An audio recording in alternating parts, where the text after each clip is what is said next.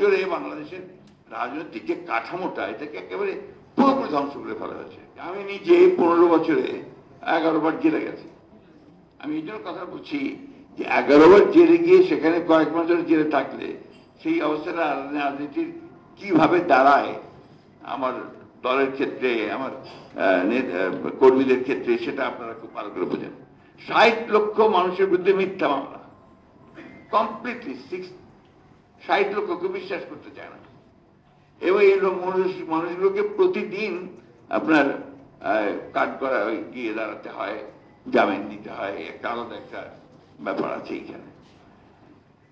আমাদের গুম হয়েছে, ওই যেটা আমরা প্রথম শুনলাম এই সময় বাংলাদেশে গুম হওয়ার ব্যাপারটা, আর তার আগে আমরা বাংলাদেশে শুনিনি, ইলিয়াস আলী থেকে শুরু করে এই অবস্থাগুলো চলে বাংলাদেশের রাজনৈতিক যে কাঠামোটা এটাকে একেবারে পুরোপুরি ধ্বংস করে ফেলা হয়েছে। এই সুযোগে আপনার যেহেতু জবাবদিহিতা ছিল না, কোনো সরকারের মধ্যে কোনো জবাবদিহিতা ছিল না, লুণ্ঠন লুটপাট, এটা নতুন করে বলার কিছু না, আমার চেয়ে আপনারা অনেক বেশি ভালো জানেন। কিন্তু আমরা চেষ্টা করেছি, বারবার আমরা রাস্তায় নেমেছি, বারবার কথা বলছি, মানুষকে সংগঠিত করবার চেষ্টা করেছি।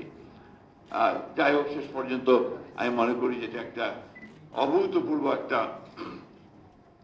উত্থানের মধ্য দিয়ে, ছাত্র গণঅভ্যুত্থানের মধ্য দিয়ে আমরা একটা পরিবর্তন নিয়ে এসে আবার একটা সুযোগ তৈরি করতে সক্ষম হয়েছি যে একটা নতুন করে বাংলাদেশ নির্মাণ করা। পরবর্তীকালে গণতন্ত্রকে যেটা আমরা চেয়েছিলাম সেটাকে কখনোই সঠিকভাবে ঠিক চলতে পারেনি, চলতে দেওয়া হয়নি, এবং বারবার পরিবর্তন হয়েছে। বারবার পরিবর্তন হওয়ার ফলে একটা যে স্ট্রাকচার যেটা খাড়া করবেন আপনি, যে খাড়া করার পরে জাতি নির্মাণের জন্য যাবেন, আমার কাছে মনে হচ্ছে সেটা বারবারই ব্যাহত হয়েছে। সবচেয়ে বেশি ক্ষতিগ্রস্ত হলাম আমরা গত 15 বছরে।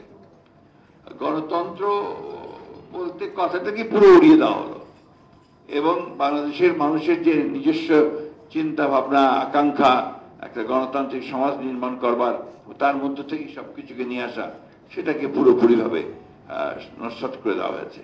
আপনারা দেখুন যে কেয়ারটেকার গভর্নমেন্ট সিস্টেমটা যখন চালু হয় তখন কিন্তু একটা শুরু হয়েছিল, একটা রাজনৈতিক স্ট্রাকচার একটা তৈরি হবার মতো সুযোগ দেখা দিয়েছিল। অন্যদিকে অর্থনীতিতেও কিন্তু আপনার তার প্রভাব পড়েছিল, এবং আমরা লক্ষ্য করছিলাম যে আপনার নতুন এন্টারপ্রেনার্স, ইয়াং এন্টারপ্রেনার্স, তারা এগিয়ে আসছে, মানুষের মধ্যে কাজের প্রবণতা অনেক বেড়ে গেছে, তারা কাজ করার চেষ্টা করছেন।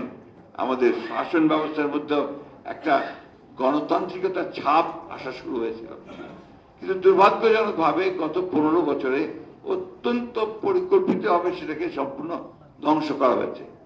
তাই এখন যখন আমরা বারবার করে সংস্কারের কথা বলছি, আমরা বলেছি, আর বলছে সরকার চেষ্টা করছেন সংস্কারগুলো করার জন্য, সংস্কার কমিটি করা হয়েছে, এ নিয়ে অনেক কথাও হচ্ছে, কিন্তু এটা তো রাতারাতি হয় না।